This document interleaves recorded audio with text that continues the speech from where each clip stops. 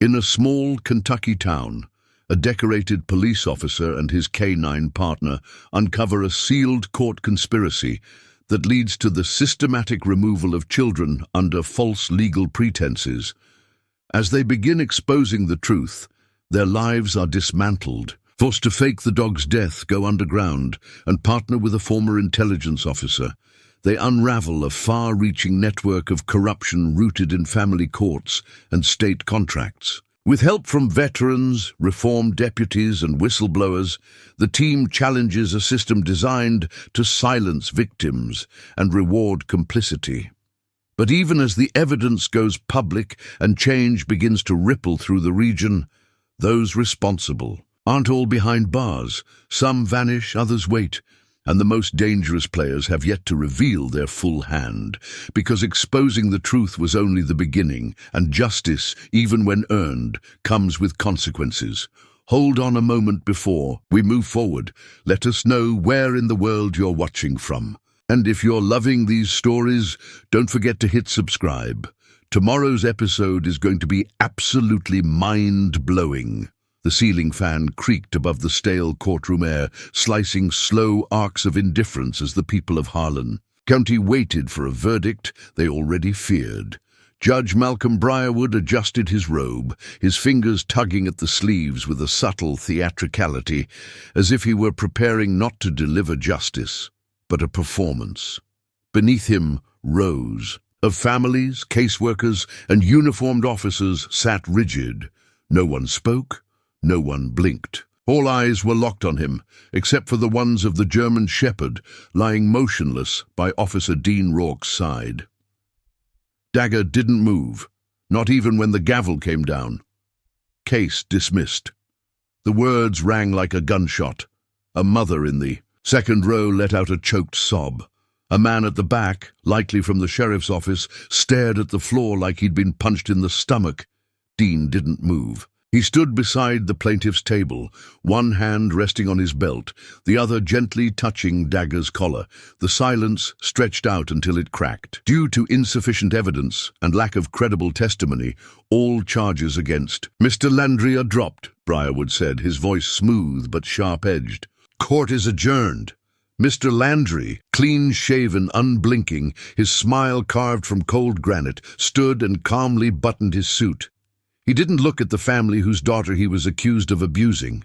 He didn't look at the jury. But he did glance briefly at Judge Briarwood, and Judge Briarwood returned it, like a silent signature on an invisible contract. Dagger's ears perked up. Dean's eyes narrowed. Outside, the courthouse steps were choked with hushed voices and furious whispers. The press wasn't allowed in today, but it wouldn't matter. In a town this small, word moved faster than ink. Dean walked with slow, deliberate steps, Dagger heeling at his side. A few officers nodded at him in solidarity. Others looked away. Dean had filed that case himself. The report had been solid, witness statements, physical evidence. Then Briarwood had sealed it, buried it, and crushed it under the hammer of judicial discretion. Dagger growled. Dean looked down. They were still, near the courthouse entrance, but Dagger wasn't watching the door.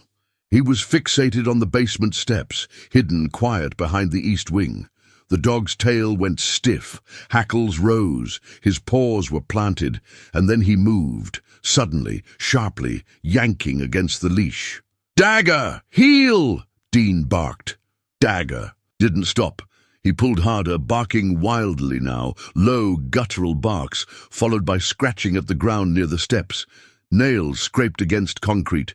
He was digging, trying to tear through the floor, like it had wronged him.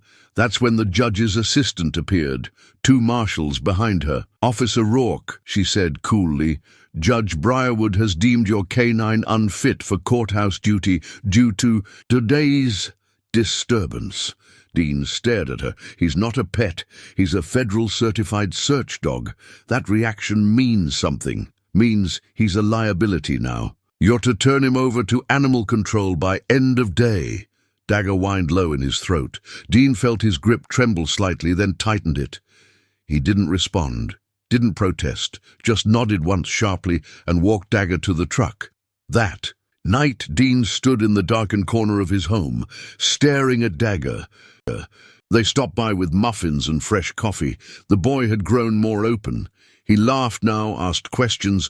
He still didn't talk much about the place he'd been, but he'd begun writing stories. One of them featured a dog who could smell evil and a cop who didn't follow orders, only justice. Dean kept that one on the fridge. When the final sunset of fall dipped below the horizon, painting the sky in gold and violet, Dean looked down at Dagger. "You ready to slow down?" The dog didn't respond. He didn't need to. Later that night, Dean sat at the kitchen table, pen in hand, journal open. It wasn't something he did often, but tonight felt like it asked for it. He wrote slowly. Dagger never spoke, but he taught us everything. He taught us that danger isn't always loud, that the truth sometimes scratches at the floor until someone listens, and that silence isn't weakness. It's just the pause before courage. We were warned about the damage he might cause. They didn't. See, the damage he was trying to stop. They called him broken, but it wasn't him who needed fixing. He closed the notebook and stepped outside. The night was full of stars, the kind that didn't show up unless you were far enough away from the noise. The world was still broken in places, but here, in this corner, something had healed. Dagger stirred in his sleep and leaned into Dean's leg. Dean looked out over the dark trees and the empty road. He didn't know what came next, but for the first time in a long time, he wasn't afraid to find out. Scanning the crowd like the old instincts never left, and Jeremy, wearing a pressed white shirt and a shy smile, held a bouquet of white roses that he carried to the memorial in the square. The statue stood covered beneath a canvas sheet. A child pulled the rope. Beneath it, bronze and still, was Dagger. Mid-leap, his body coiled, shielding a small child cast in bronze just behind him. The detail was impossible to miss, the scars on his side, the alertness in his gaze. It wasn't a statue of violence, it was one of protection. At the base, a plaque read, "To the dog who didn't look away, to the people who followed." The crowd stood in silence. Dean placed his hand on Dagger's head. The dog didn't flinch. Jeremy stepped forward and laid the roses at the statue's feet. Later, as people began to disperse, Elise leaned against the railing of the courthouse steps, watching. The sunlight hit the bronze figure just right. "He's immortal now," she said. Dean shook his head. "He always was." Children began to gather near Dagger, asking if they could pet him. Dean gave them a quiet nod. The dog lay down and let the small hands rest on his head, on his back. One child climbed onto his side, giggling. Dagger didn't move. Ellis watched from the bench nearby. "We should have done this sooner." "We couldn't," Dean replied. "Not until it meant something."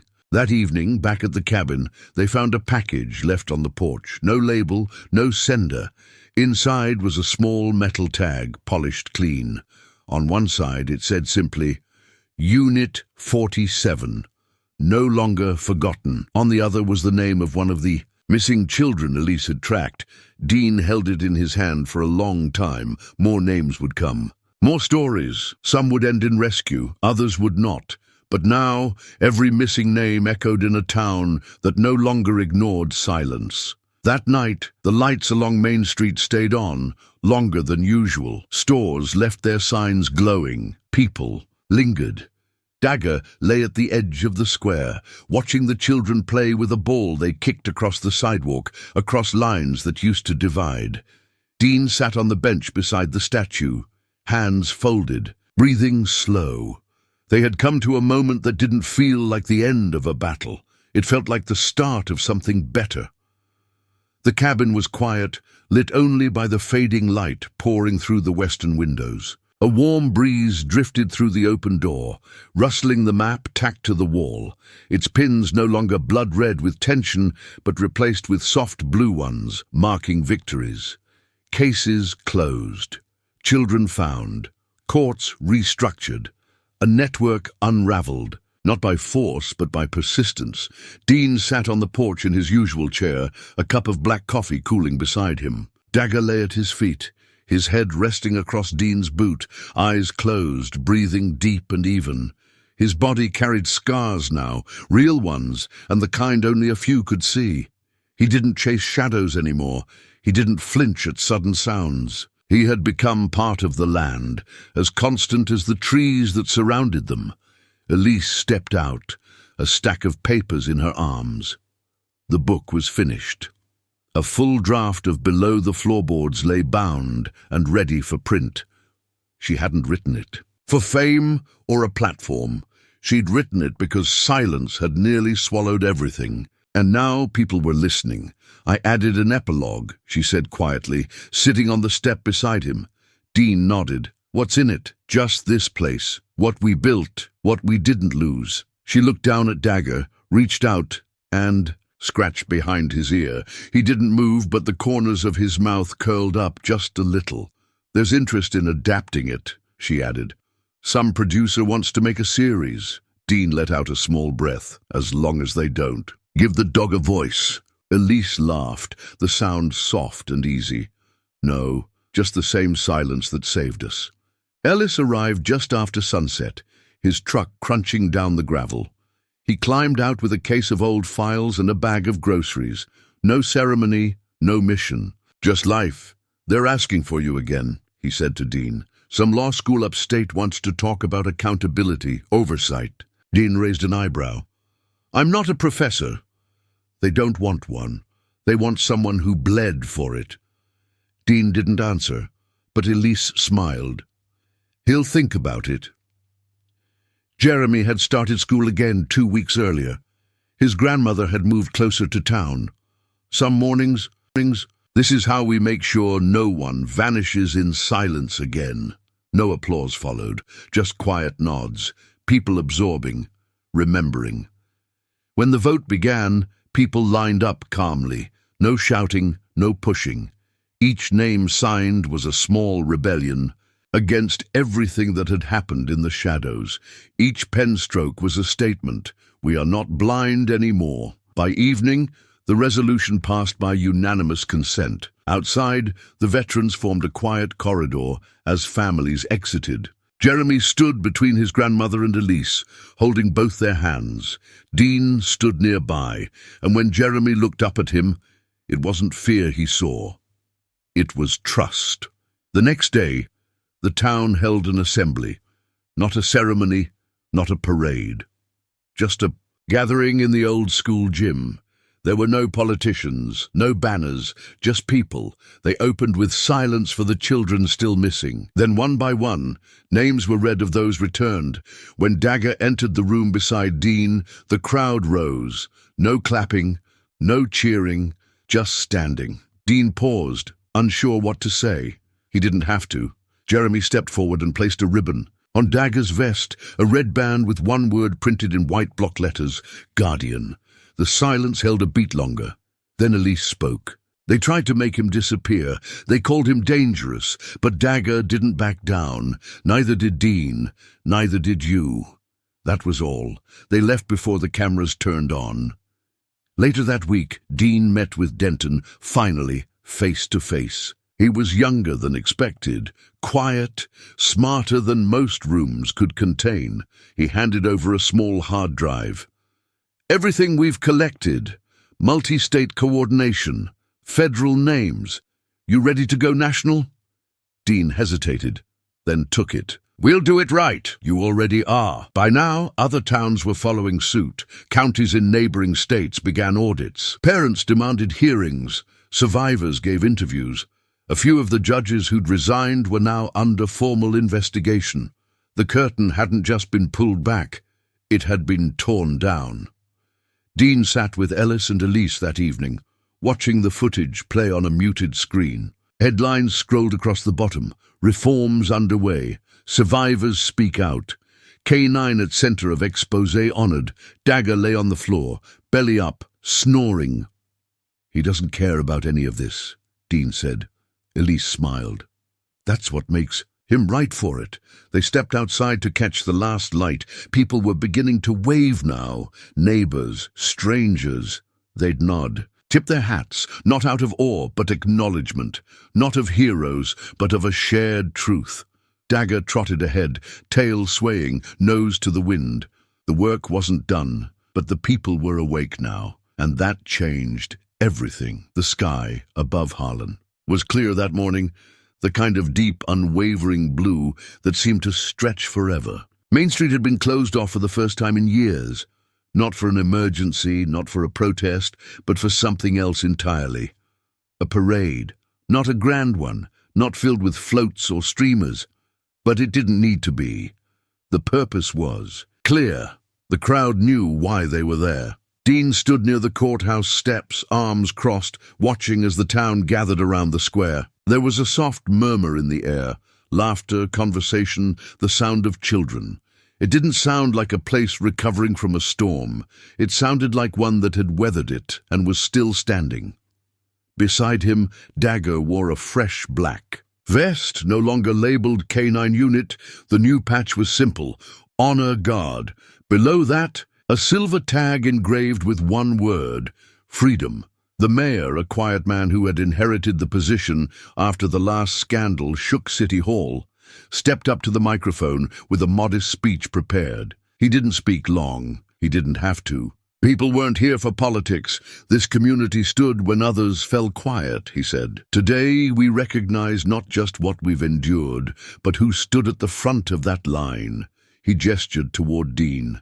And the dog who wouldn't back down. There were no cheering bands or political slogans, just the sound of hands clapping, strong and steady, filling the street. Dean didn't move. Dagger simply sat at his side, eyes calm, the sounds washing over him like waves on stone. At the front of the parade, they walked slowly, flanked by veterans on either side. Elise walked beside, Dean carrying a folded flag. Ellis brought up the rear. The memos were explosive.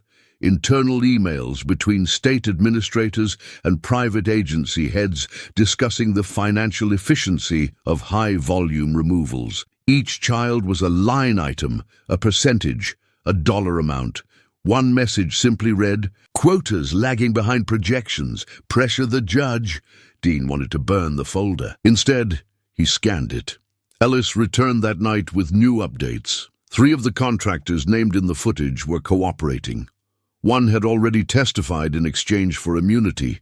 Another had been picked up in Arkansas, trying to cross into Texas with falsified IDs and 2 unregistered minors in the back of a modified RV.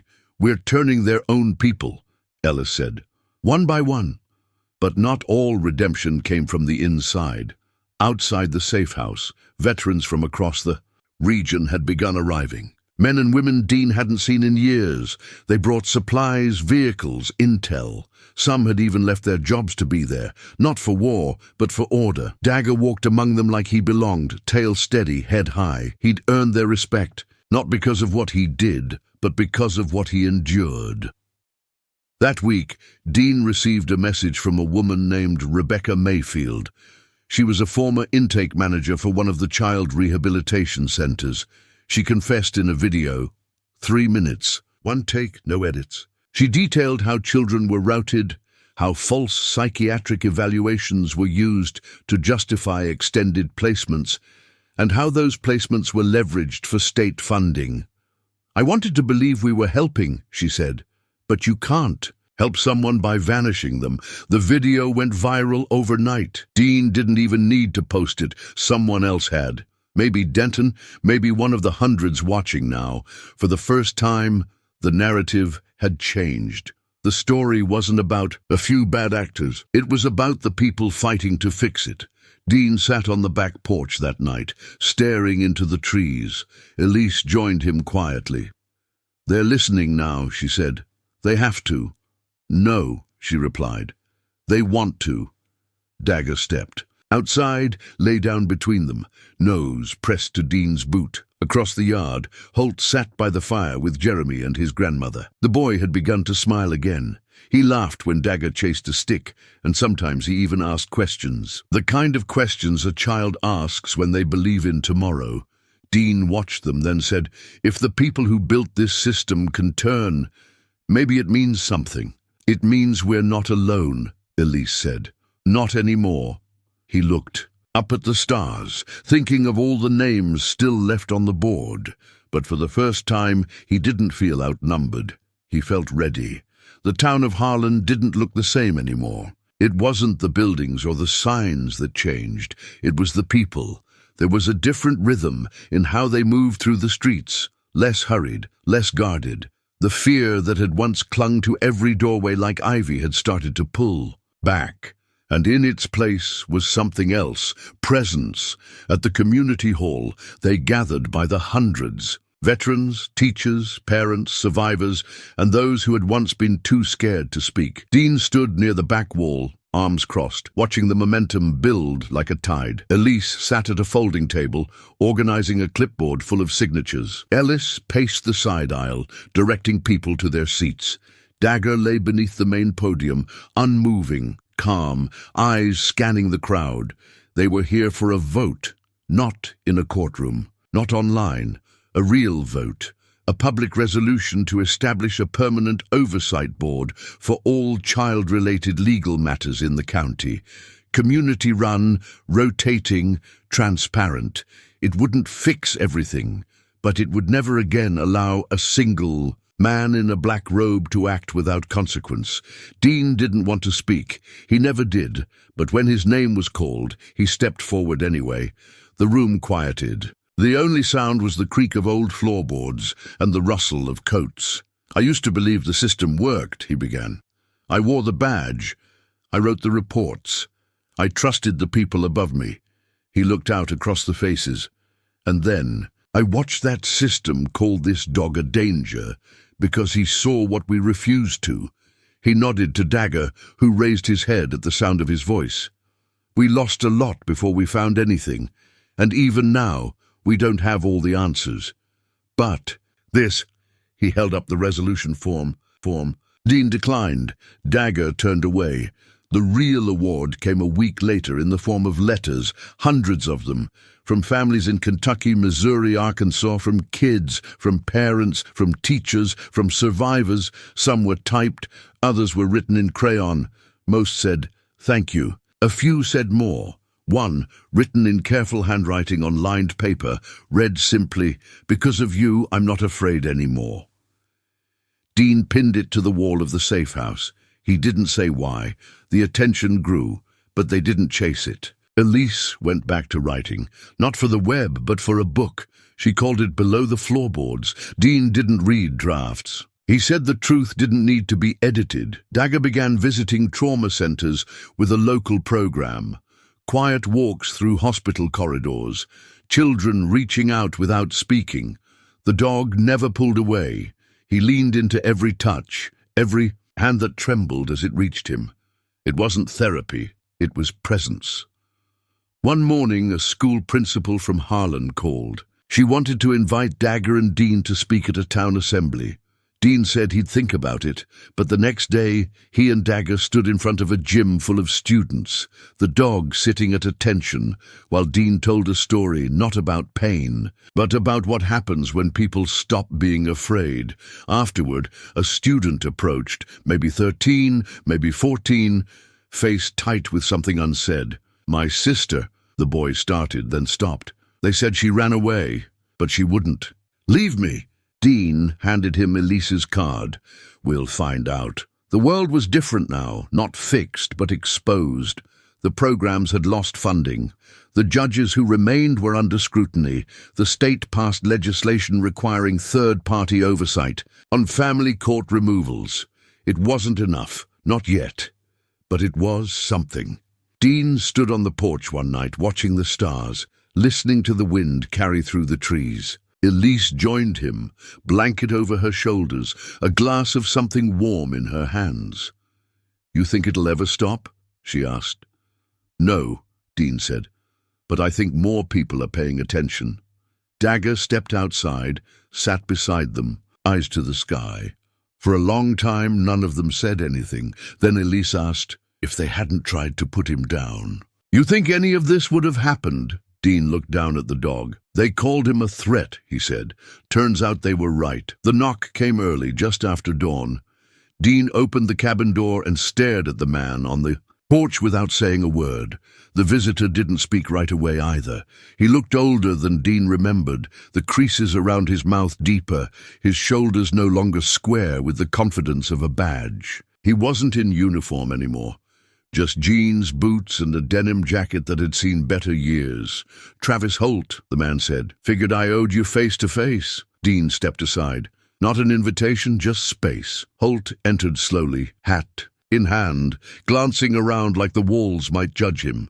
Elise looked up from the table, eyes narrowed but not surprised. Dagger rose from his spot by the hearth, tail low, body tense. Holt didn't approach. "I'm not here to ask for forgiveness," he said. "Just to help." Dean crossed his arms. "Help how? I've got names. People who didn't know what they were part of. People who were too scared to walk. Some of them. They want to make it right." "Some of them?" Elise asked. "Enough," he said. "Enough to fill a courtroom." For weeks the fallout had been building. The exposure of Briarwood and Eames hadn't stopped the network. It scattered it, like breaking a mirror. The reflection was gone, but the pieces still cut. Judges in hiding, deputies denying knowledge. Contracts shredded before the ink dried, but Holt had something better than denials. He had memory. He sat with Elise for 2 hours, recounting every drop-off, every time he'd driven a child to a location that didn't match the official paperwork. He gave them the names of the officers who looked away, the staffers who signed under pressure, the consultants who rewrote logs after hours. Some of them were just as guilty, but some were just caught. Dean took notes. Dagger never left his post. Later that afternoon, one of Holt's contacts arrived, an ex-court clerk named Melinda Greer. She had grey hair, a nervous tic, and a folder full of photocopied memos. She shook when she handed them over. "I just want it to stop," she said. Dean showed her the courthouse blueprints, the sub-level room, the evidence Briarwood tried to destroy. And then, when the cameras were rolling, they let Jeremy's grandmother speak.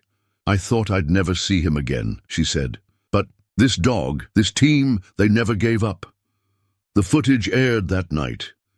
It wasn't sensational. It wasn't edited for ratings. It was raw, simple, honest. And it struck something deep in the hearts of viewers who had grown numb to headlines. The backlash was immediate. State offices were flooded with calls. Victims came forward in surrounding counties. 2 more judges resigned. One sheriff in Missouri turned himself in. The system was unraveling not through force, but through truth. Dean stood on the porch that evening, Elise beside him, watching the last light drain from the sky. "We did something," she said. "We started something," Dean replied. "There's more to clean up." Ellis stepped out with 2 envelopes. "Federal board's convening a review next month. You're both invited to testify."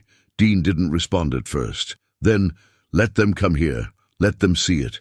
Elise smiled faintly. "You think they will? They don't have a choice anymore," Dagger barked once, sharp but not alarmed, just a call.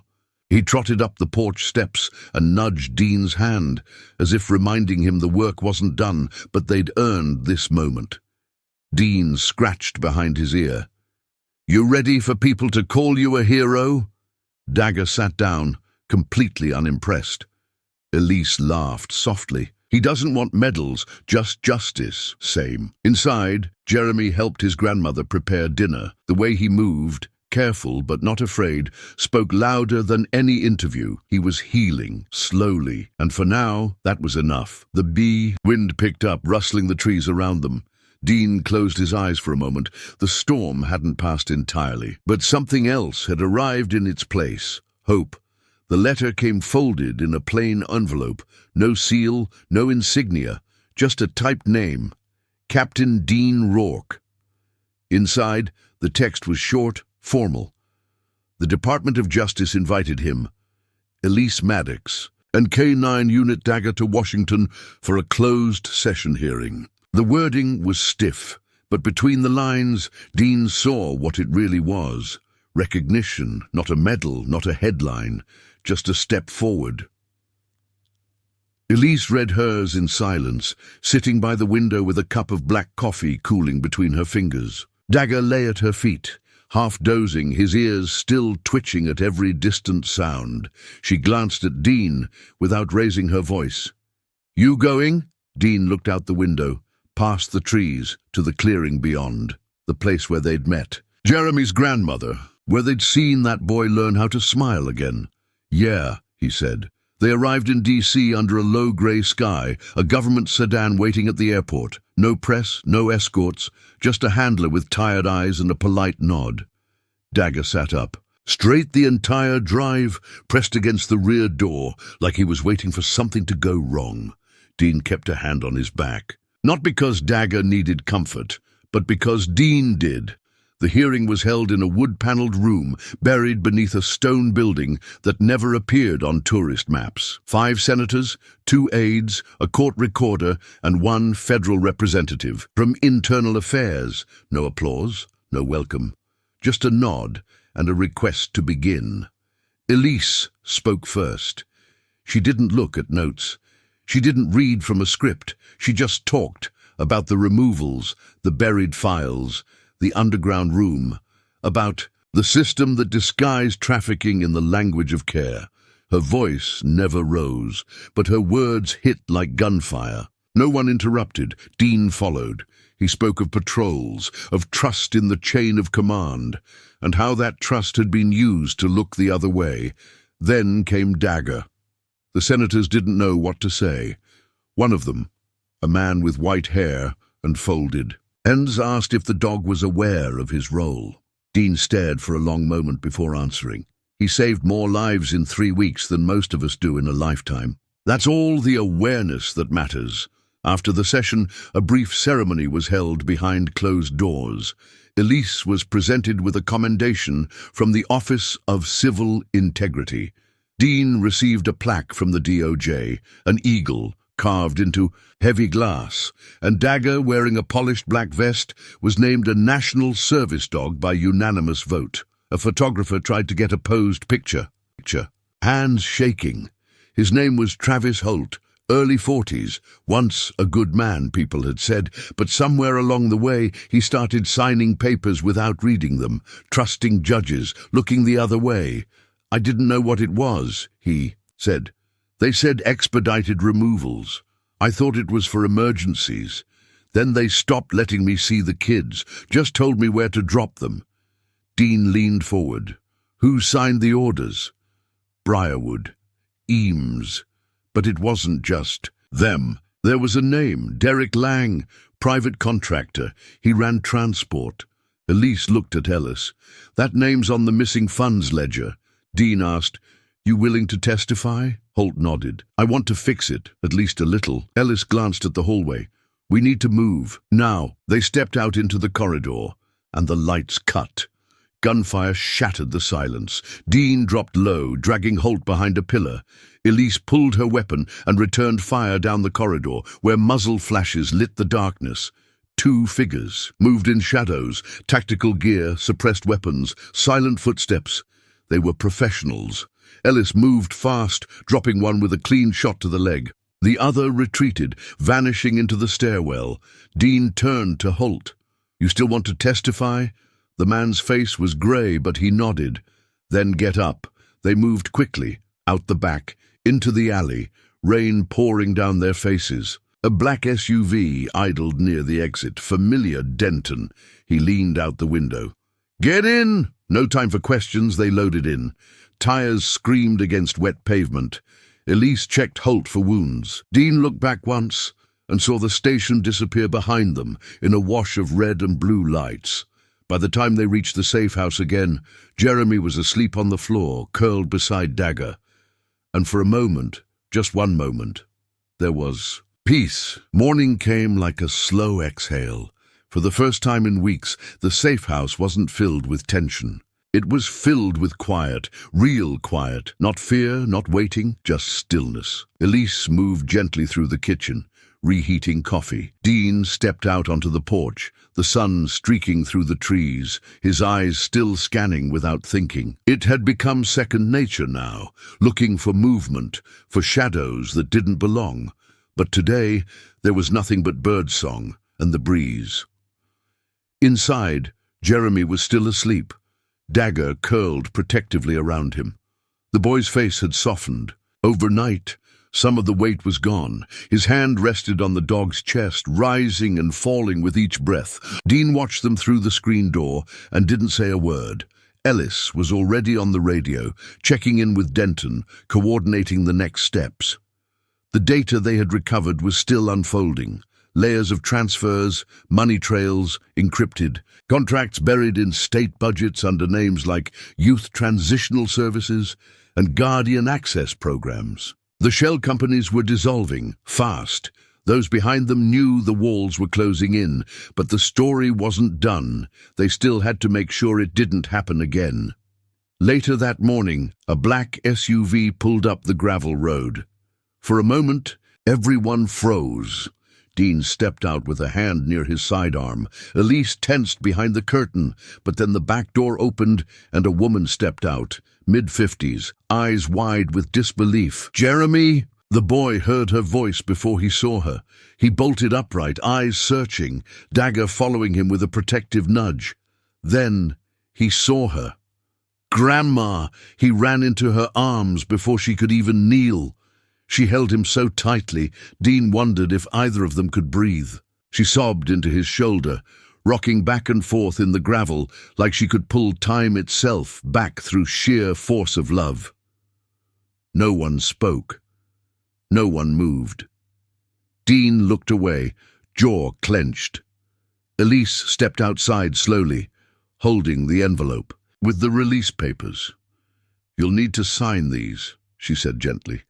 "We're making it official now." The woman nodded through tears. "I never stopped looking." Dean gave her a long look. Neither did he. That afternoon, a reporter arrived, not from one of the national outlets, but from a local station in Harlan. She was young, nervous, holding her equipment like it might explode, but her voice was steady. "I want to tell the story the right way," she said. Ellis gave her full access to the files. Elise walked her through every detail, from the sealed court orders to the broker's van. Whispering something Dean couldn't hear, the broker lay pinned, blood spreading across his jacket. Dagger didn't release him until Dean gave the word. The man groaned, trying to laugh through clenched teeth. "You think this matters?" He hissed, "We always come back." Dean leaned over him, voice low and steady. "So do we." Within 30 minutes, a federal van arrived. Dean didn't ask who called them. Maybe Denton, maybe the signal Elise had embedded. Maybe the network finally moved fast enough. The boy was taken safely. The broker was zip-tied and loaded into the back of the transport. No words exchanged, no promises made. Elise sat on the church steps afterward, head in her hands. Not crying. "Just tired." Dean sat beside her. "I thought it would feel like victory," she said. "It doesn't." "No." Ellis stood nearby, watching the road, hand resting on his holster. The sun was setting now, the light pouring through broken glass at the side of the chapel. Dagger paced slowly along the altar, tail down, steps careful. Dean looked up at the cross above them. "They used this place to hide monsters," he said. "Not anymore," Elise replied. Dagger lay down at the edge of the pews, body curled tight, breathing deep. For the first time in weeks, he closed his eyes. The boy's name was Jeremy. He spoke it just once, in a whisper to Elise as they rode in the back of the transport van. He sat beside her, knees pulled up to his chest, eyes red but dry. He hadn't cried when the broker was taken. He hadn't cried when the cuffs were uncut. He just stared ahead, as if waiting for someone to tell him it had all been a mistake. Dean watched them from the passenger seat, his jaw tight. Elise didn't say much. She kept a steady hand on Jeremy's shoulder, her voice low and gentle, like she was trying not to break the thin thread of trust she'd earned. Ellis drove in silence, the road winding through hills heavy with dusk, headlights slicing through fog. When they reached the safe house on the outskirts of Wolfe County, it was nearly midnight. No signs marked the driveway, no lights outside. Just a quiet two-story cabin tucked behind a ridge, where the wind couldn't carry sound and the trees muffled any sign of life. Inside, the walls were lined with whiteboards now. Diagrams, photos, lists, the remnants of the war room they'd built from nothing. But something had changed. Where once there was red string and suspicion, now there were names with check marks beside them. Shut down, exposed, arrested. The network had begun to collapse. Jeremy sat at the table while Elise heated water on the stove. Dagger curled near the boy's feet, his head resting on his paws, eyes half closed. Jeremy reached out and gently stroked his ear. The movement was small, unsure, but Dagger didn't flinch. He leaned into it. Ellis stepped outside to make a call. Dean sat across from Jeremy, arms resting on the table. "You hungry?" The boy shook his head. "You sleep at all in there?" Jeremy looked up for the first time. His voice was raw. "Sometimes when they turned the lights off." Dean nodded. "You remember where they took you from?"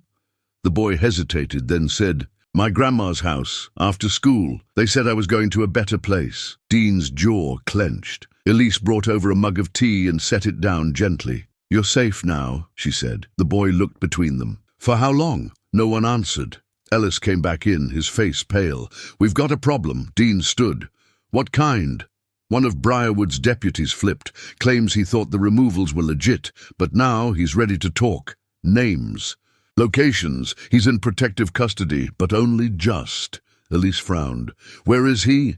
"Lexington Holding Station. They're moving him to federal protection tomorrow, but word's already out."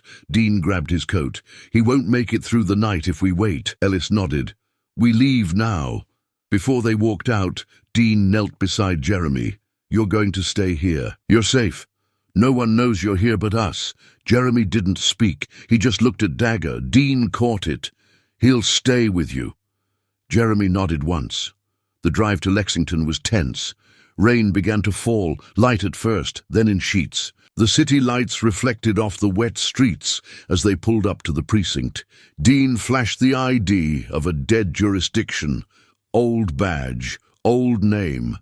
The guard on duty didn't ask questions. Inside, the deputy sat in a holding room, head down. "She's alive. The evidence is intact, and now the world is watching." Briarwood looked at the lens, then back at Dean. He ran. Dagger bolted after him. They reached the lobby together. The door opened, and the crowd outside saw the judge burst into the sunlight, panic in every movement. Dagger leapt and brought him down in one clean motion. Teeth bared, body coiled like vengeance given form. Cameras captured everything. The protesters didn't cheer. They didn't move. They just watched as silence reclaimed the street. Dean stood over Briarwood, breathing heavy, Elise at his side, Ellis behind him. They hadn't just exposed a network. They'd destroyed the man who built it. The courthouse was quiet again. Not the silence of order, but the silence that follows collapse. Briarwood was gone. Taken into custody under federal escort, his robe torn, face bloodied, eyes staring into nothing. The footage had been broadcast in real time, a decorated K9 lunging, a crowd not interfering, the sound of justice landing harder than any gavel ever had. But Dean didn't celebrate. He sat with Elise in a makeshift recovery tent behind the memorial, watching the news roll in. More judges were resigning. 4 facilities shut down overnight. 2 state officials disappeared. The broker had not been found. And the files Elise had gathered during her captivity, those were still being processed. She moved slowly, still, pale but lucid now. "He wasn't the top," she said quietly, sipping water with shaking hands. "I know," Dean replied. "They let him fall to contain it." Ellis stepped in with his phone held high. "We've got movement. Unmarked vehicle matching the broker's SUV was spotted 20 minutes ago heading south. Child in the back seat. No escorts, no law enforcement channel." Dean stood before he even thought. Where? GPS pinged him, passing through Pike Hollow. Dean turned to Elise. You can stay. Rest. Let us... No, she cut in, her voice like gravel. This ends with me, too. The three of them drove in silence. Dagger sat in the back, eyes locked on the road ahead. Dean had never seen him this focused, not even in the courthouse. The dog didn't blink, didn't breathe heavy. He was waiting for something, and Dean had learned to trust that. Pike Hollow was empty by the time they reached it. A few closed. Shops, one gas station, and an old wooden church at the edge of a dirt road. The kind of place no one asked questions because they'd stopped expecting answers. The SUV was parked behind the church, no plates, no engine noise, but it was still warm. Dean stepped out, drawing his sidearm. Ellis took the other flank, weapon. Low, eyes scanning. Elise walked slowly, keeping her breathing even. She carried no weapon. Just a folder of documents, the original records they'd recovered from under the courthouse, and in her jacket, a small recorder, live streaming. They approached the church together. Dagger stopped at the entrance, sniffed, then growled low. He didn't bark. He just stood there, head tilted, body stiff. Dean opened the door. Inside, the pews were empty. At the front stood the broker, holding a small boy by the arm. The child looked no older than 8. Pale, blank-eyed, hands cuffed, in front of him like he'd done something wrong. But there was no fear in his face, just the hollow look of someone long removed from hope. Let him go, Dean said, stepping forward. The broker's smile was slight. You don't understand the scale of what you've undone. Let him. Go, Ellis echoed, raising his weapon. I'm a courier, the man said calmly. You kill me, and 10 more rise. This is bigger than courtrooms, bigger than contracts. You think shutting down a few judges will change the machine? Elise stepped forward. We didn't shut it down. We exposed it. That's what kills it. The man chuckled. Exposure is just wind. This system thrives in storm. Dagger growled louder. Dean moved left, circling. The world is watching you now. The broker glanced at the camera on Elise's jacket. They always watch. Then they look away. He reached for something inside his coat.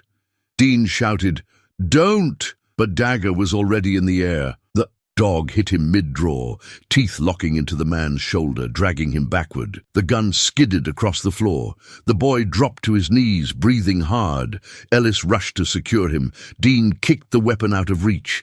Elise knelt by the child, gently removing the cuffs. The Department of Justice issued a formal statement. An independent task force would be dispatched. Briarwood's courthouse was under lockdown. Eames vanished, but Elise hadn't been found. Dean stood beside Dagger as the cabin phone rang again. And again, each call a media request or a whistleblower, or someone who just wanted to tell their story. He ignored them all, because the only voice that mattered now was hers. And she hadn't spoken yet. The courthouse was surrounded by dawn.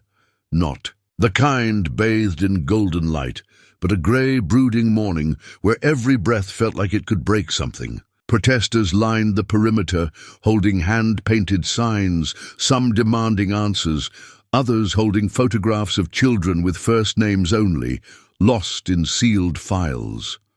At the front, veterans stood shoulder to shoulder, silent, steady, like they were holding the town together by will alone. Dean hadn't slept. Neither had Ellis.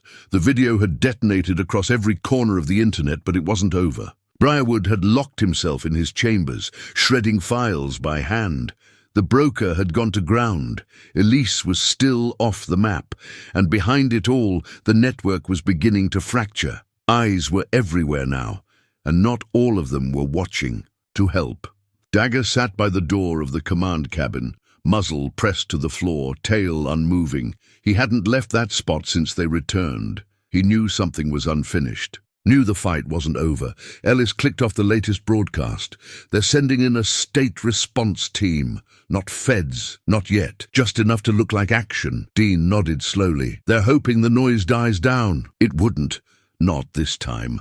A reporter from Lexington had gone live that morning, standing outside the courthouse with a microphone in one hand and the leaked intake documents in the other. She read the names aloud. Each one, slowly, carefully, as if each syllable was a blow against the concrete. Briarwood had poured over the truth. Dean turned to Ellis. "We need to finish it before they sanitize everything." He opened the old courthouse schematics again, this time focusing on the basement corridor. There was one place left unchecked. A sealed chamber just beyond the original foundation, marked off years ago for records overflow. No cameras, no access, no air return. Ellis grabbed his keys. "We'll need backup." They brought the footage, the thermal scans, the intake lists. They met with a trusted news crew, just 2 journalists, both former combat photographers turned field investigators. Dean handed them the drive. "You see us go dark, you release this to everyone. No edits." They nodded. No questions. That night they returned. Dean, Ellis and Dagger breached the courthouse through the rear access tunnel. The door hadn't been repaired from the last intrusion. That told them something. Either Briarwood thought no one would come again, or he didn't think he needed to care. The power was still on. Emergency lights, the whir of servers in the walls. They moved fast, down the corridor, around the chamber they'd previously accessed, and into the sealed annex. This time, they brought the tools Dean drilled. Ellis watched the corridor. Dagger stayed low, nose pressed to the seam in the wall. He whined softly, then snapped his head up. Someone was inside. The wall gave way. Dean tore through the panel, ripped back the plaster, and uncovered the metal. Hatch, it was unlocked. They dropped down together. The room wasn't empty. Elise sat in the corner, shackled to a steel chair, dazed, eyes bruised but open. She didn't speak at first, just stared. Dean ran to her, dropping to his knees, checking her pulse. Her hand trembled as she reached for his. "You came," she said. "I never stopped." Ellis swept the room. "Cameras, files, everything's here." Dean turned to Dagger. The dog had already moved to a corner of the space, pawing at a pile of tarps. Beneath them, drives, footage, intake logs, names, all of it. They took what they could carry. As they climbed out, the sound of sirens filled the air, but they weren't alone. At the end of the corridor stood Briarwood, face pale, eyes wide with disbelief. He wasn't holding a weapon, just a shredder bag and a file clutched like a lifeline. "You're too late," he said. "No," Dean replied. "You are." Behind them, the news crew appeared, live camera already rolling. Dean pointed to the room behind him. He was ready. Dean looked over at Ellis. "We're not rescuing her," he said. Ellis frowned. "What then?" "We're going to end them." Dean knew they couldn't take the facility by force, not without risking Elise, not without risking the kids.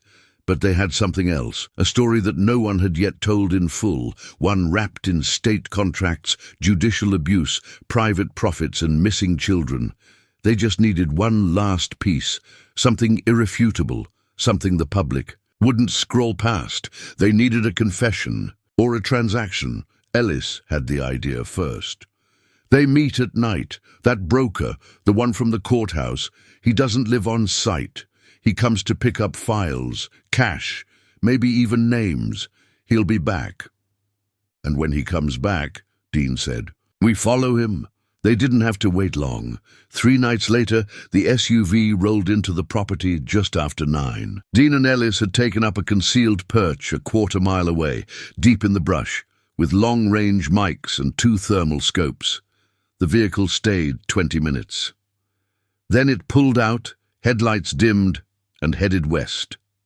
They tailed him. 3. Towns over, the SUV parked behind a courthouse, not Harlan. This one belonged to Judge Carla Eames, a name Elise had circled twice in her original records, but without a confirmed link. Now they had it. The broker went inside through a side entrance. When he emerged, he carried a briefcase. No guards, no escort. Just a smile like a man walking away from a deal, signed in blood. Dean filmed the entire exchange. Ellis whispered, "One more time on camera, and this one we broadcast." The next move had to be surgical. If they went too early, it would vanish. If they waited too long, Elise would be moved, disappeared again. They needed to expose the operation live. Not a leak, not a blog post, a spectacle. Dean made the call. He reached out to someone Elise had once named only as Denton, a dark web whistleblower who ran a network capable of breaking firewalls and embedding footage in real time across dozens of platforms. Dean didn't know where Denton lived, or even if he was real, but the voice that answered the call was distorted, mechanical, and calm. "You want a broadcast?" Denton said. "You'll need a feed. One that can't be traced." Dean looked down at the K9 harness Dagger hadn't worn in weeks. "We've got a dog," he said, "and a courthouse." It took 3 days to prepare. They knew Briarwood still met privately, late at night, in his chambers. The guards rotated. Light during the graveyard shift. With the schematics Elise had decrypted and Ellis's credentials from his time in the sheriff's office, they accessed the building through the sublevel. Dagger wore a microcamera embedded into a custom-modified harness. Dean didn't want to use him this way, but the dog could go places they couldn't. The plan was simple. Slip Dagger inside during a scheduled delivery. Let him reach the basement chamber and use the camera to capture whatever Briarwood was doing down there, especially if the broker returned. If they were lucky, Briarwood would speak. If they weren't, they'd still have footage from inside the room the court swore didn't exist. Ellis tapped the comm. "Cameras hot. Signals clean." Dean opened the van door. Dagger didn't hesitate. He slipped into the hallway like a shadow, silent and quick, nose to the floor, avoiding the light. Through the screen in Dean's hand, he watched it all. Briarwood entered the chamber at 10:42 p.m. He wasn't alone. 2 men waited inside. One of them was the broker. The other was Judge Eames. The conversation was quiet but clear. The mic picked up every word. Eames asked, "Are we closing out the Maddox issue?" Briarwood replied, "She'll be transferred by Friday. After that, the attention dies. We scrub the records." The broker handed over a second envelope. "You'll get 2 more removals next month," he said. "The buyers are waiting." Dean didn't speak. He didn't blink. He just nodded once to Ellis. "Send it." Denton received the feed. In seconds, the footage was embedded across 4 major news platforms, hidden inside live headlines. Social media lit up. The conversation was no longer hypothetical. It was happening. A federal judge, a private broker, 2 missing persons, and the word buyers. It exploded. Within an hour, over 3 million views. Within 2, national networks picked it up, and by sunrise, they painted fences and mission statements about reform. The kind that didn't allow visitors and never released photos of the kids inside. They left before sunrise, driving back roads with the windows down and weapons hidden beneath the seats. Dagger sat alert in the back, breathing slow but steady, his head poking between the seats. He'd gone silent again, the way he always did when they were getting close to something that mattered. Ellis had been quiet all morning. Since the message arrived, he hadn't asked a single question. He'd just loaded the truck and double-checked every weapon like they were going back to war. Dean glanced over at him now. "You good?" Ellis didn't look up. "I'm not gonna die with this sitting in my gut." When they reached the edge of the property, they didn't approach directly. They parked in a hunting access trail a mile out and went in on foot. Trees were sparse here, the underbrush low, but the fencing was newer than the rest. Electric, cameras mounted at wide intervals. There were signs posted every 50 feet, warning of trespass and prosecution. They moved slow, circled north, found an elevation, and there it was. Rows of small structures, modular buildings, 2 larger halls, a dirt track cleared through the center, tire ruts packed from heavy traffic. It didn't look like a school or a treatment facility. It looked like containment. Dean pulled binoculars from his pack. What he saw made his stomach turn. There were children outside, maybe 20, all wearing identical clothes, beige, oversized. Their movements were slow, programmed. Some sat alone, others clustered in pairs. No adults in sight, but the cameras tracked them, following every step. Then he spotted the van, the same grey make and model from the courthouse videos. It pulled around back, stopped near one of the halls, and two men got out. They opened the rear doors and pulled Elise out. Her legs buckled as she stepped down, but she stood swaying. Her face was pale, eyes sunken, but she was alive. Dean couldn't breathe. Dagger made a sound behind him, something between a growl and a whine. Ellis had the scope up already, tracking the men as they led her inside.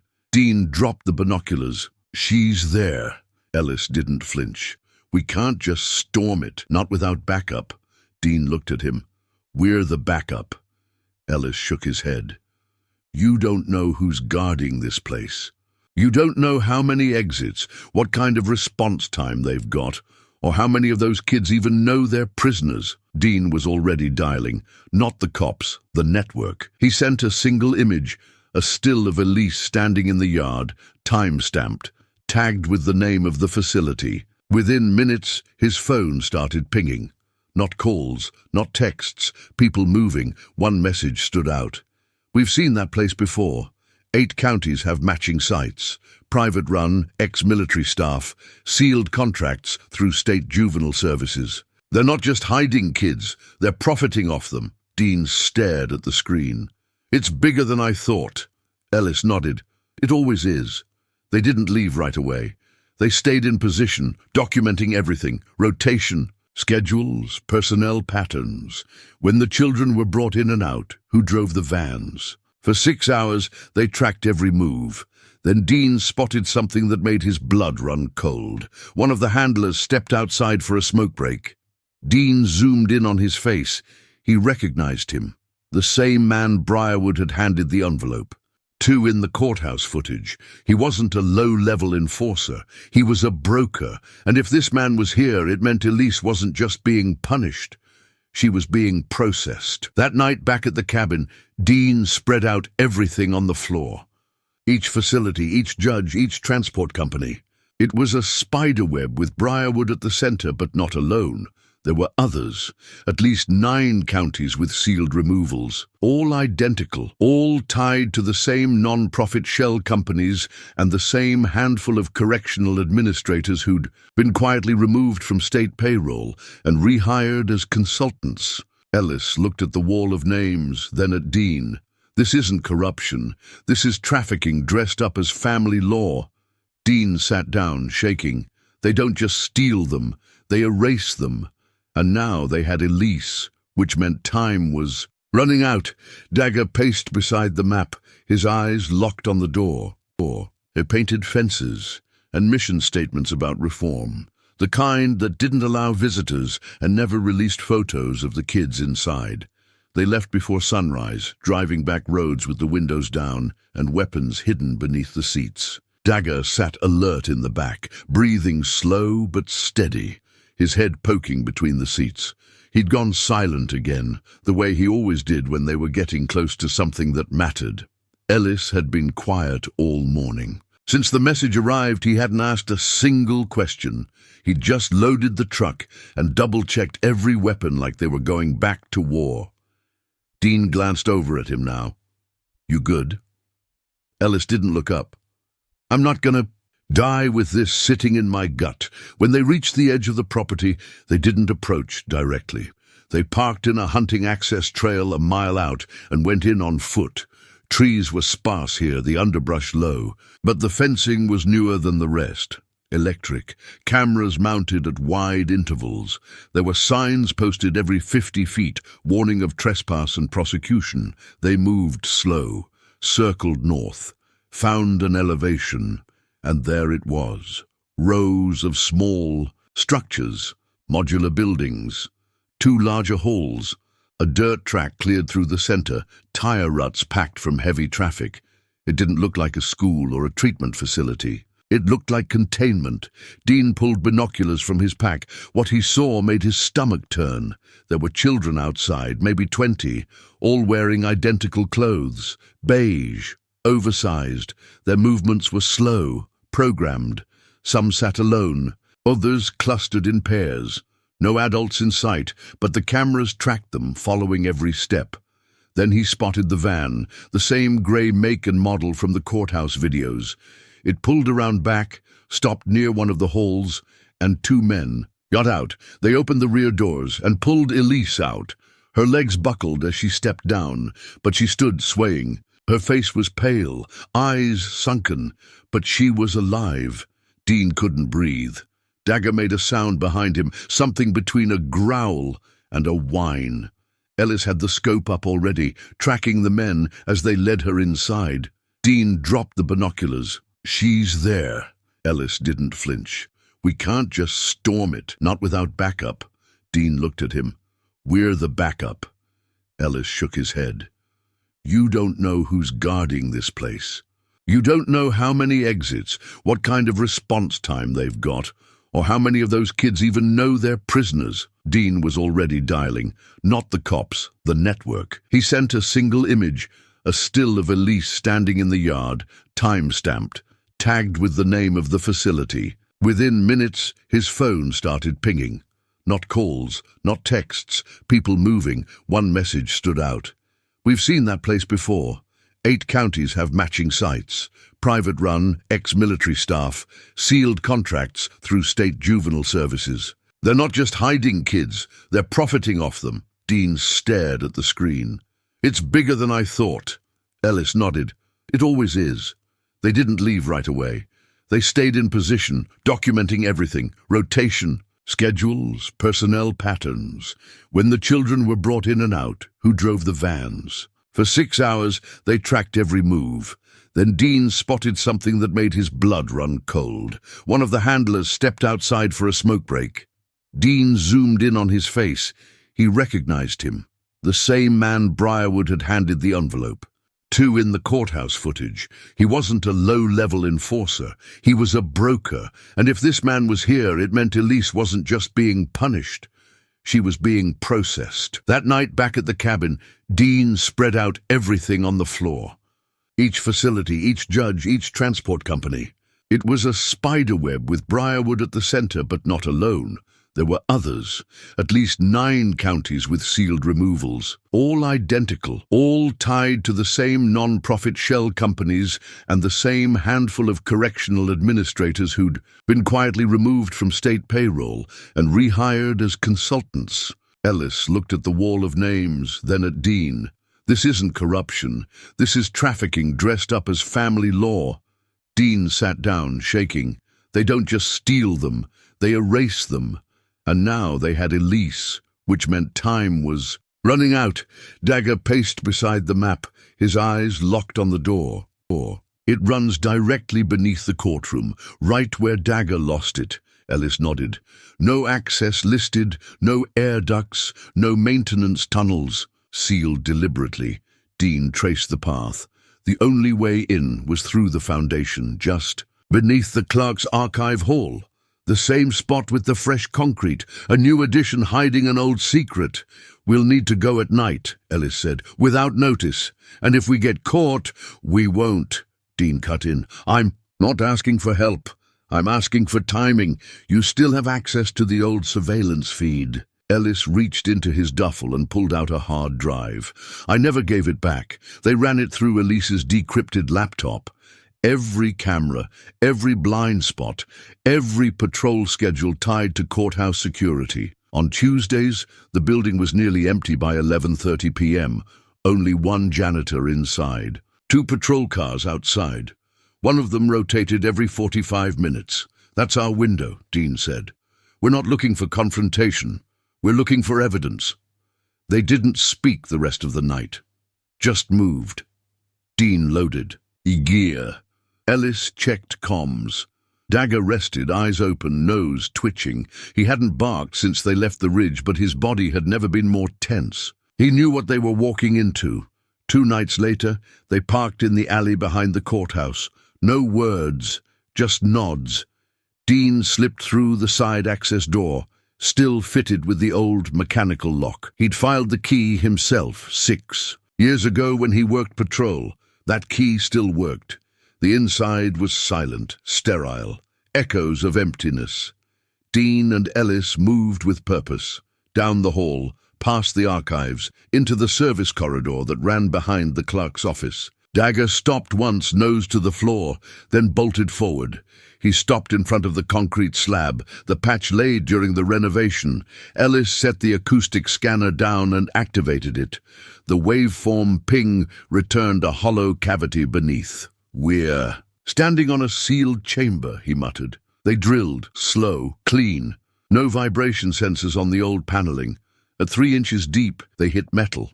Dean widened the cut. A thin steel plate welded into a slot that didn't belong. He pried until the weld gave, then lifted it. Below was darkness. A hole. A hatch. They dropped a rope. Dagger whimpered once. Dean went down first. The air was damp, cold. The space smelled like bleach and mildew and something older, something wrong. It wasn't large, maybe 20 feet square, but it was enough.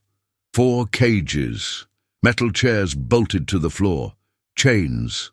Wires ran along the wall, leading to cameras. Motionless, but intact. In one corner, a folder sat beneath a dusty tarp. Dean opened it. Photos, notes, signatures, a list of transfers. All handwritten, and Briarwood's initials on every page. Then Dean found the most damning piece, an intake form, dated 4 days, before Elise disappeared. Subject, adult female, late 30s. Transfer delayed due to internal hold. Origin, Harlan Library District. Dean's breath froze in his chest. He looked at Ellis. "She's still in the system." Ellis pulled out his camera. "We've got what we came for." They climbed out, sealed the plate behind them, and left. No trace. But when they stepped outside, the courthouse parking lot wasn't empty anymore. 2 cruisers, engines idling, and the sheriff standing between them, arms crossed. Dean didn't blink. "We're off duty, just walking the square." The sheriff's eyes were dull and cold. "Funny, whole town's asleep, but you boys are sightseeing." Dagger stood between them, silent but bristling. "Dogs out past curfew," the sheriff added. Ellis took one slow step forward. "This dog's seen more justice than you'll ever understand." Dean stepped back into shadow. They walked. Didn't run. Didn't look back. The sheriff didn't follow, but the message was clear. They knew. And now it was a race. Dean clutched the folder to his chest because inside it was everything. The list, the names, and Elise, still alive, somewhere. Dean didn't sleep after the courthouse breach. He sat in the back of the cabin with the folder in his lap, the pages spread across the floor in front of him, trying to piece together where they would take her. The intake form was incomplete. Just the date, her age, and the box checked, high risks, transfer. No destination, no signature of receipt, no closure. Ellis paced outside, rifle strapped across his shoulder. Cautious, then stronger. More came. Veterans, locals, journalists who'd followed the dog's trail like bloodhounds of a different kind. They didn't ask for interviews. They just stood by the memorial, some in silence, some with flags, some holding photos of children. That night, Dean returned to the ridge. The house had been tossed. Someone had broken in. Papers were missing. Tracks led away in every direction. But they hadn't found the backups. The drives were still safe, buried inside a sealed feed bucket in the barn. Elise's phone remained dead. Dean sat on the porch steps with Dagger resting against his leg. He opened the case files again, one by one. He read the names, the signatures, the places they vanished from. He marked each one with a red pin on the county map. Then he noticed something. All the removals approved by Briarwood shared a geographical pattern. None of them occurred within 10 miles of the war memorial. Not one. It wasn't oversight, it was deliberate. Dean traced the pattern again. It formed a crescent around the memorial site, like a perimeter, like something avoided. "What's different about this ground?" he muttered aloud. Dagger stirred. The next morning, Dean drove to the courthouse. He wore plain clothes, a hat pulled low. The courthouse had reopened that week after minor renovations, though no one had explained why there'd been no permits filed. He didn't go inside. He circled. To the back. There, hidden behind a stack of repair supplies, was a new concrete patch, 6 feet wide, fresh, slightly darker. Just outside the rear basement wall, Dean stood over it for a long time, then he walked away. That night he posted a new image. Not a leak, not a document, just the photo of the concrete patch, captioned with one word. Why? By morning, a group of former law enforcement officers had organized an online campaign demanding a federal audit into Judge Briarwood's court. Several journalists offered whistleblower protection. A former Marine commander announced a task force to review sealed family removals across the state. And then someone slipped a manila envelope under Dean's windshield wiper. Inside was a photo of Elise. She was alive, handcuffed, in the back of a transport van. Eyes alert, face bruised but defiant. No note, no location, just a timestamp, 4 days ago. Dean stared at the photo, every nerve in his body lighting with fire. Dagger whined once, a soft sound from deep in his chest, as if he could feel it. They weren't just targeting threats anymore. They were hunting those who stood between the victims and the truth. Dean drove to the edge of town and waited. The house he parked in front of belonged to a man named Ellis Marston, a former sheriff's deputy who'd been quietly let go 6 months earlier without explanation. Dean knocked once, and Ellis opened the door with a drink in one hand and a pistol in the other. Dean said, "I know you saw what they did to her. You don't have to talk. Just nod if you want to help." Ellis didn't move. Then he stepped aside and let Dean in. Inside, the walls were covered in photographs, newspaper clippings, maps, a mirror image of Dean's own war room. One corner of the room was devoted entirely to missing persons, nearly all of them listed as safely relocated by family court order. Some were faces Dean had already seen. Others were new. Ellis spoke only once. They buried something under that courthouse, not just documents. Dean met his eyes. "We're going to dig it up." They didn't shake hands. They didn't trade stories. They just started making a plan. Dagger sat in the corner, eyes locked on the door, breathing steady. They were done running. The moon was high over the cabin when Dean unfolded the newest set of blueprints. They weren't official records. They'd been smuggled out by a former construction worker who claimed to have been part of the courthouse renovation team. His hands shook when he dropped them off. He didn't ask for money. He just said, "Don't let what's under there stay buried," and drove off without another word. Dean spread the pages across the table beneath a hanging lantern. Ellis Marston stood behind him, jaw tight, arms crossed, scanning the lines, like he was still in uniform. Dagger sat between them, gaze shifting from one man to the other, tail flicking slowly. "There," Dean said, tapping one spot on the page. "Room 12B, not listed on public schematics." It wasn't just worry, it was anticipation. Dean gripped the wheel, heart hammering. They had Elise, which meant Briarwood knew they were getting close. He drove back fast, no music, no words. When they reached the cabin, a letter was nailed. To the front door. Plain envelope, no postage, just his name written in large block letters. Inside, one sheet of paper. Unstable K9 unit reported near public grounds. Lethal risk to civilians.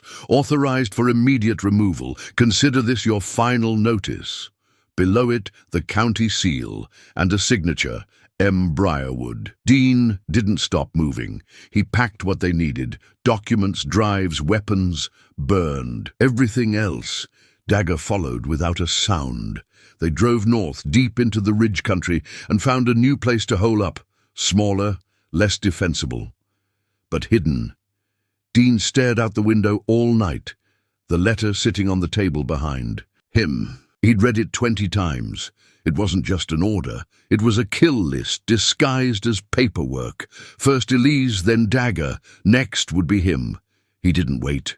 He called every contact Elise had flagged, the mothers who'd written in, the old deputy who'd left the file, the man who'd delivered the flash drive. He told them what happened, and one by one they began to move. That same night Dagger vanished. Dean found blood on the cabin steps, not much, but enough to steal his breath.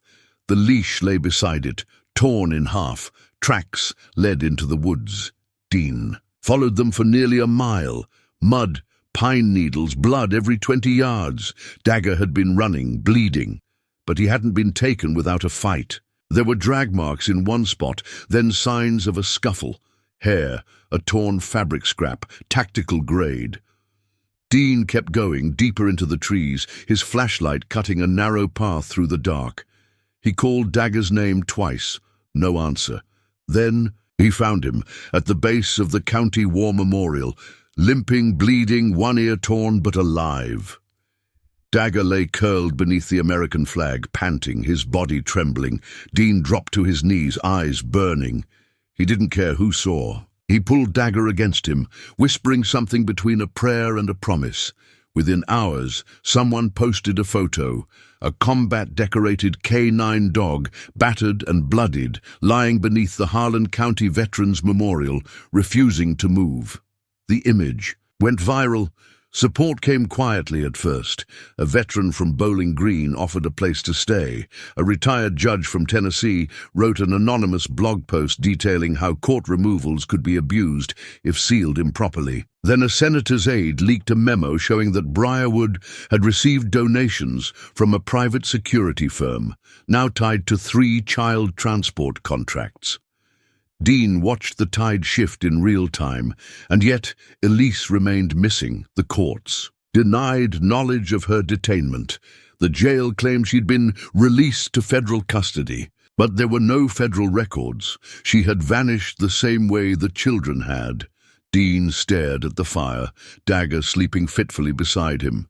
He thought about the war memorial, about the flag, about how a dog had drawn a line in the dirt and dared them to cross it, and tomorrow he would do the same. The photograph hit the morning news like a gunshot. A wounded K9 dog, curled at the base of the Harlan County Veterans Memorial, blood dried along his shoulder, his eyes half closed, but alert. Beneath him, the American flag rippled in the wind. There was no caption, no article, just an image shared and reshared across veteran forums, military networks, news pages and comment threads. Within hours, thousands were asking the same question. Who hurt the dog? And why? Dean didn't answer the calls that poured into the burner phone. He kept the ringers off, the lights low. He sat beside Dagger in the barn of a retired army medic named Warren Griggs, a man Dean had met once on a drug raid 6 years ago. The barn smelled of hay and old diesel, but it was quiet and secure. Dagger lay wrapped in a wool blanket, breathing. Steadily now, the wound on his flank cleaned and stitched by Griggs himself. He's lucky, Warren said, kneeling to check the gauze. Whoever came for him didn't know how to finish the job. They didn't come for him, Dean said quietly. They came to make a message. Well, the older man muttered. Guess they weren't the only ones. Dean turned his head toward the house. The sound of voices had started mid-morning, low at first. She posted anonymously, each leak crafted with surgical precision, letting the files speak for themselves. Within a week, quiet murmurs turned to static. Elise received encrypted messages from unknown contacts. Some offered help, others warned her to stop, but then something else happened. People began to show up. First was a mother from over in Clay County. Her daughter had been removed 2 years ago under emergency court order. She'd filed appeals, sent letters, been told the records were sealed for the child's protection. She saw one of the leaked documents online. The name matched. She drove all night and waited in her truck until sunrise before knocking on the cabin door. Her voice cracked as she handed Dean a photograph. Her name's Kara. She's 12 now. I haven't seen her since she was 10. Dean didn't speak. He took the photo, looked at the eyes in it, then looked at Dagger, the dog's tail lowered. His body tensed. Recognition. She wasn't just a name on paper, she was real. Word spread, carefully, quietly. Elise set up a network. They called it The Wall, a digital collection point for families with similar stories, victims of the same sealed court orders, connected by dates, signatures, and a pattern no one else could see, except the ones living through it. They sent in testimonies, paperwork, family photos. Elise anonymized them all and uploaded them to encrypted backup clouds in case anything went wrong. Meanwhile, Dagger became more than just a survivor. He became a sentinel. He tracked the same vehicle through 3 separate photos, an unmarked grey van seen near removals. Dean checked the plates. Registered to a rental company in Lexington, no renter listed, no official record of contract, but the pattern held. Wherever that van went, someone disappeared. By the end of the second week, Elise mapped out a timeline. On the cabin wall, the red strings connected Briarwood to every piece of it. The judge who signed the removals, the LLCs that received the kids, the state programs that lost the paperwork. And each one ended with the same note, no return. They were close now, too close. That night, a low hum echoed through the woods, a drone. Elise and Dean cut the power. No lights, no sound. Dagger growled from the porch, staring into the sky, pacing, uneasy. Dean watched from the shadows, pistol in hand, heart pounding. It passed overhead and disappeared into the dark. But it didn't matter. The pressure was building, and pressure breaks things.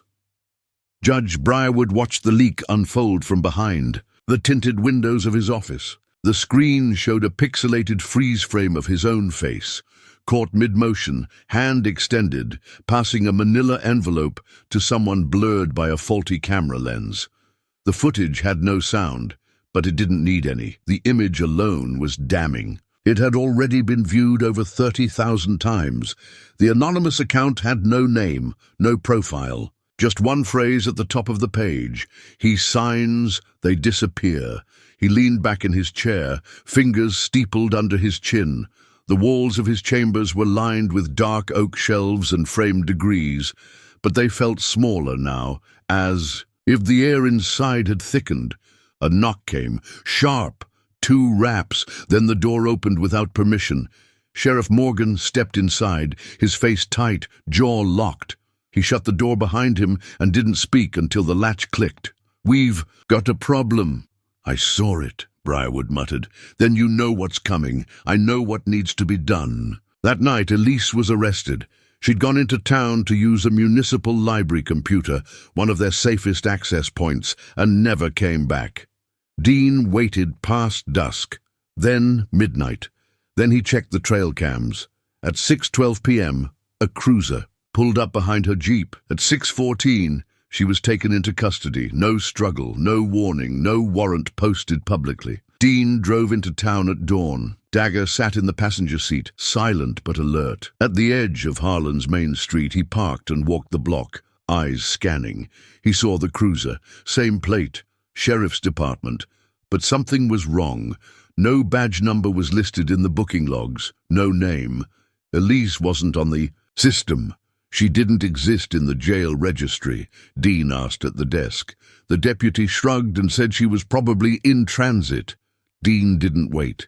He turned around and walked out without another word. Dagger was growling by the time he hit the ignition.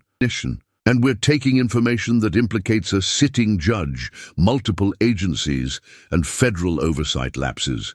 They'll burn us alive before the news cycle even spins." Dean didn't argue. He just said, "So we don't leak it." "We what? Build a case like this is some courtroom drama." Dean looked down at Dagger. The dog stopped pacing, sat, and looked right back. "We make them come to us," he said, "but on our terms." Elise stood and crossed her arms. "That means we need leverage. We need more than pictures and floor plans. We need something they can't bury." That's when Dagger stood and moved toward the cabin's side wall. He let out a low bark, then pawed at the ground. Dean crouched beside him, ran his hands over the dirt. Something shifted. He started digging.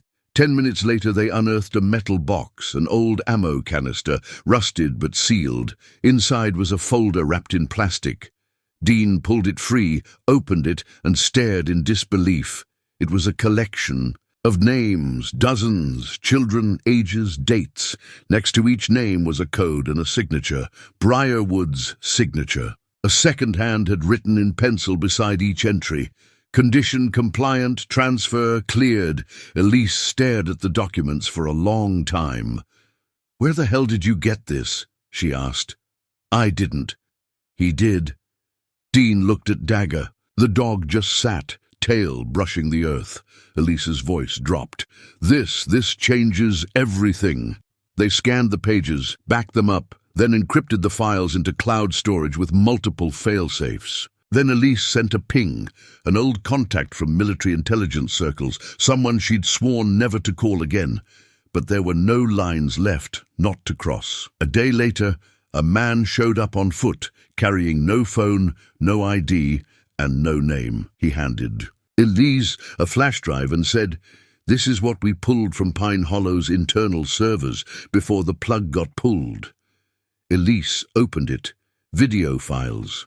Dozens of them. Some showed empty rooms. Some showed children being processed, logged, watched, and one showed Judge Briarwood standing in the basement of that courthouse, handing off a manila envelope to a man in a grey suit.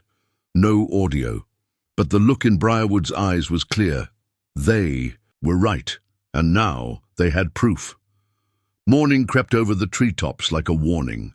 The light didn't feel warm, it felt sharp, cutting across the cabin floor in hard lines.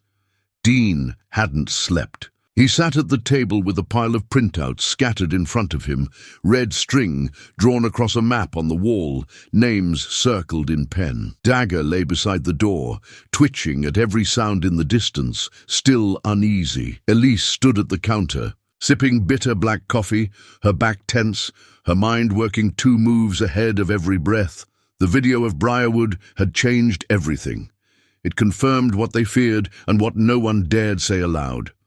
The courthouse wasn't just part of the system, it was the system. Dean knew that the minute he saw the flash drive's contents, files of transfers, shipping logs masked as family court records, and contracts tied to rehabilitation centers owned by former law enforcement, they didn't need opinions anymore. They needed witnesses. Dean reached out to someone inside the department, a deputy he'd known since academy days. The man didn't respond at first. Too dangerous, too close. But the next night he drove an unmarked SUV out past the ridge and left a file at the fence line, never stepping inside the cabin. Inside the envelope were internal records, emergency, removal approvals signed by Briarwood without investigation. No CPS involvement, no follow-up checks, dozens of them over just 6 months. Names matched the ones Elise had found, scratched into the warehouse wall. Some matched the video files. "We're sitting on the edge of a damn volcano," she whispered. Dean didn't respond. He was watching Dagger, who had risen again, circling the window, ears flat. He was tracking something. Or someone. They installed trail cameras around the property, mounted high in the trees, not just to watch for movement, but to see who might be watching them. By the end of the 3rd day, one of the cameras caught the glint of a rifle scope in the distance. It was gone before they could move on it, but the message was clear. They were being hunted. Elise began uploading portions of the data to private networks, fragments only. One video here, one log there, just enough to raise questions. In the right circles. "Where are you?" Dean hesitated, then said, "Not where I should be. I'll find you." She hung up. 2 days later, Elise Maddox stood in the doorway of the cabin, her hair tied back, boots caked with mud, a Glock on her hip, and suspicion in her eyes. She looked around the room, the dog, the maps. She didn't sit. "You weren't kidding." Dean handed her the photos, the documents, the sealed orders. He didn't speak. He just watched as her face turned to stone. She flipped through the folder, then set it down slowly. "This is a court-sanctioned pipeline," she said. "They're laundering kids." Dean nodded. "And this dog of yours, he found the site?" He reacted to the floor in the courthouse and again at the lumberyard. "Something's buried, or hidden, or both." She looked at Dagger, who stared back at her like he already knew she didn't trust him. "I don't do pets," she muttered. "He's not a pet." Elise knelt anyway. Dagger sniffed her, then backed up a step. Smart dog. They went to the warehouse together that night. Elise brought drones. Dean brought bolt cutters. Dagger brought his instincts. In the basement, they found more than old blood. There was a side room they hadn't seen before, sealed behind steel. Inside were dozens of documents, transit records, intake photos of children. Most were labeled redacted, but a few slipped through. Elise took pictures. Her hand was shaking. Dean had never seen her hands shake. When they returned to the cabin, Elise set the camera down and finally said it aloud. "This is a trafficking network run out of a courtroom." Dean nodded once, and this dog figured it out before any of us. They sat in silence. Dagger lay between them. Elise looked down at him again. "I was wrong. He's not just a dog. He's the only one who saw it coming." Outside, the wind shifted through the trees. Somewhere in the dark, someone else was watching.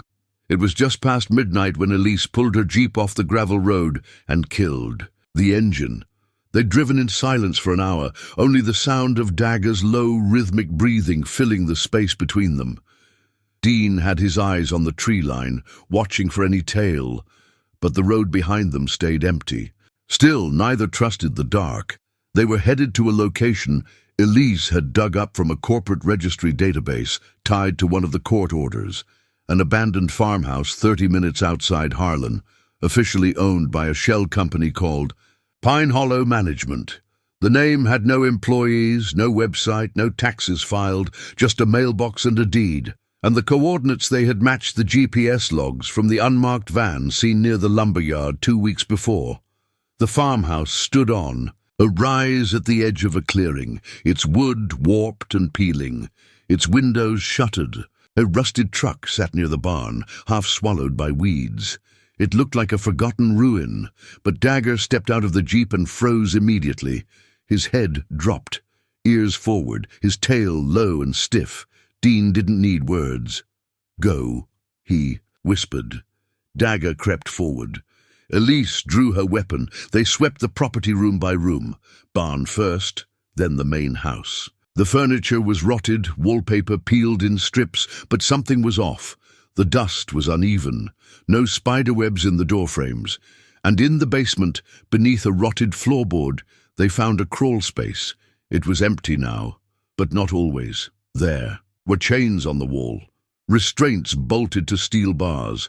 Elise found an IV line coiled like a snake in the dirt. Dean picked up a child's sock, tiny, blue, stained with something old. Dagger sniffed it, then barked twice, sharply. His body whipped toward the corner of the room. Scratched into the drywall, just above the steel bolts, were 4 numbers. Elise ran them through a federal database the moment they got back to the cabin. It was a state code, a file number. The child tied to that ID had been declared safely relocated 4 months ago. No further information. Elise sat on the porch steps with her laptop open, the screen casting pale light over her tense face. Dean stood nearby, staring into the trees, the butt of his service pistol gripped tighter than usual. Dagger paced along the edge of the property like a soldier on patrol. "We leak this to the media. We're dead," Elise said quietly. "And I mean that literally. You're a suspended cop. I'm a disgraced intel officer with a history of whistleblowing. You have nothing admissible, no chain of custody, no warrant. You went rogue, Dean. You brought that dog with you after he was decommissioned. You think they're not going to use that?" Dean's mouth dried. "This is about kids, not protocol. This is about your job," the captain snapped. "You file another report like that and you'll lose it." Outside, Dean sat in his cruiser, stunned. Dagger sat beside him, quiet but alert. He didn't bark. He didn't move. He just stared out the window toward the courthouse. The next day, Judge Briarwood filed a motion to have Dagger formally labeled a liability to public safety. He cited aggression in the courthouse, unstable conduct. Dean had 3 days to surrender him, this time to a state euthanasia order. On the second day, Dagger lost his mind again, but this time in the courthouse itself. Dean had gone to deliver a subpoena to a clerk when Dagger began growling, then barking, scratching at the floor just outside the records room. His body trembled with tension. The barking drew everyone's attention. Court officers ran over. Briarwood emerged from chambers himself. Dean tried to restrain Dagger, but the dog lunged and howled, trying to tear through the floor beneath him. "He's gone rabid!" someone shouted. Two bailiffs reached for tasers. Dean threw his arms around Dagger's neck and pulled him away. The next morning, the euthanasia order was approved. Dean didn't say goodbye. He didn't call for an appeal. He just waited until dark, loaded Dagger into the truck and drove them out to a hunting cabin 30 miles into the woods, his grandfather's old place, untouched for years. There, surrounded by pine and silence, Dean Rourke looked into his partner's eyes and made a vow. They would not go down quietly. The cabin sat buried in the Kentucky woods, tucked between skeletal pine trees and the whispering hush of untouched silence. Dean hadn't been here in nearly a decade, not since his grandfather passed and left it to him in a folded letter and a ring of rusted keys. Now it was more than shelter. It was exile. It was survival. Inside, the place smelled of dust and old wood. The walls leaned with time, the floor creaked with every step, but it stood solid, and most importantly, alone. No signal, no eyes, no Briarwood. Dagger paced by the back door, his posture tense. The dog hadn't relaxed since the courthouse incident. His ears flicked at every distant sound, a squirrel, a shift of wind, the weight of something heavier than a branch cracking underfoot. Dean stood by the fireplace holding the euthanasia, order in one hand, the folded report from the warehouse in the other. One had been written by a bureaucrat, the other by himself, an officer of the law, sworn to protect. One was being enforced, the other was buried. He dropped both into the fire.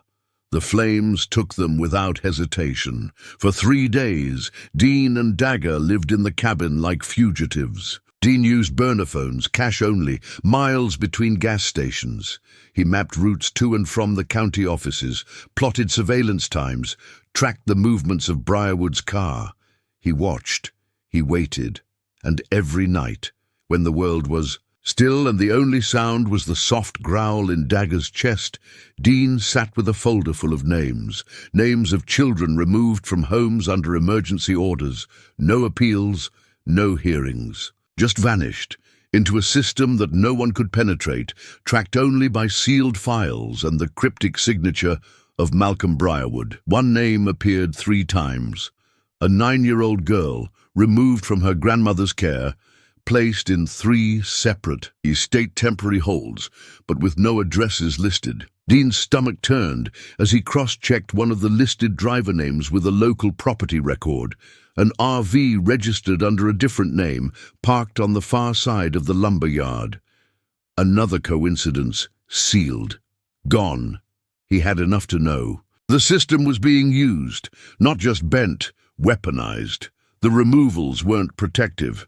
They were a supply chain. That night, Dean made the call. He used a number he hadn't dialed in years. It rang twice before a woman answered. "Yeah?" Elise Maddox. There was a pause. Then, "Who's asking?" "It's Dean Rourke." Another pause. This one longer, then a quiet exhale. "I thought you were dead." "I should be. I've got something big. I need help." "What kind of help?" "Journalistic, military, illegal, all of it." A third pause. Who lay curled on the rug, but far from asleep. The dog's eyes stayed locked on the window, as if waiting for something, like he knew danger wasn't outside. It was inside already, wearing a robe, holding a gavel. The paperwork was on the desk. Dean had until morning to bring Dagger in for euthanization. Too dangerous, the report said. Unpredictable. The same report that made no mention of the judge's ties to the mayor's office, no mention of the closed chambers, no explanation for why, out of nowhere, Briarwood had begun sealing all family court removals, within minutes of them being filed. Dean closed the file and walked to the garage. When he returned, he knelt beside Dagger and clicked a leash onto his collar. Not the regulation one. A different one. One with no ID. "Let's go, buddy." Dagger didn't hesitate. He rose without a sound, tail still stiff, eyes still locked on something Dean couldn't see. But now they were leaving together. By dawn, the official story would be written. The K9 unit was missing. The officer was under investigation. The case had collapsed. But what the town didn't know, what the judge hadn't counted on, was that Dagger hadn't gone rogue. He'd been set free. The radio crackled in Dean's cruiser as he drove the narrow roads outside Harlan County. His official shift had ended, but that didn't matter anymore. Dagger sat in the back seat, silent and watchful, his head resting between the bars of the partition. Every now and then he let out a low huff, like he knew they were chasing something that wouldn't be found in a logbook or patrol route. Dean had spent the last 2 weeks combing through sealed case records, family court removals, and property. Repossessions signed by Judge Briarwood. There was a pattern, subtle but consistent.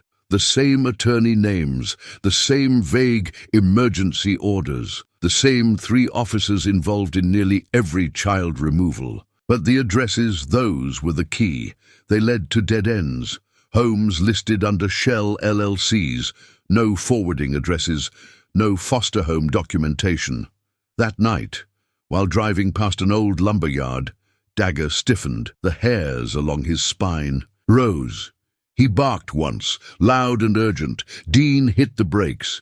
They sat in silence for a second. Then Dagger growled, low and deep, staring toward the chain-link fence of the abandoned property. Dean followed his gaze. There were tire tracks, fresh, not visible from the road.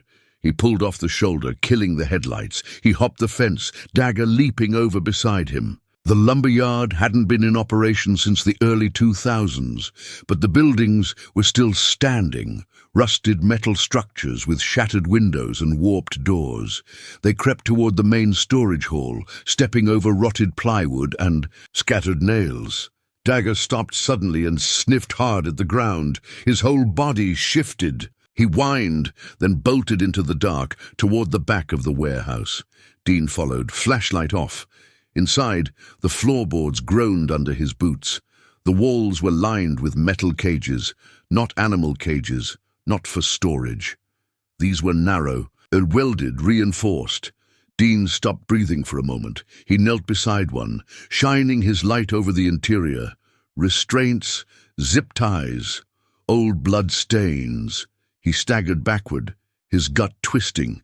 Dagger let out a bark that echoed in the stillness. At the far end of the warehouse, Dean found a staircase leading down into a subterranean level he didn't know existed. Concrete. Cold. The air was heavy with bleach, but not enough to cover the metallic smell beneath it. There were cameras on. The walls, motionless but watching. Dean took a dozen photos. He documented everything, even the serial number etched into one of the surveillance panels. Then he left as quietly as he came, his pulse pounding and hands shaking. Back in the cruiser, he started writing the report, 10 pages, 20, with evidence, timestamps, photos. He drove straight to the station at dawn and submitted it to the captain. By lunchtime, the report was sealed. Again, Dean confronted the captain behind closed doors. Why? He demanded. Why bury it? Because it's not your call, the captain said, not even looking up from his desk. It's above us now. Federal interest. Dean slammed his hand on the table. You don't bury child trafficking under bureaucracy. This is corruption, sir. Organized, systematic. We have footage, a K9 alert, blood on concrete.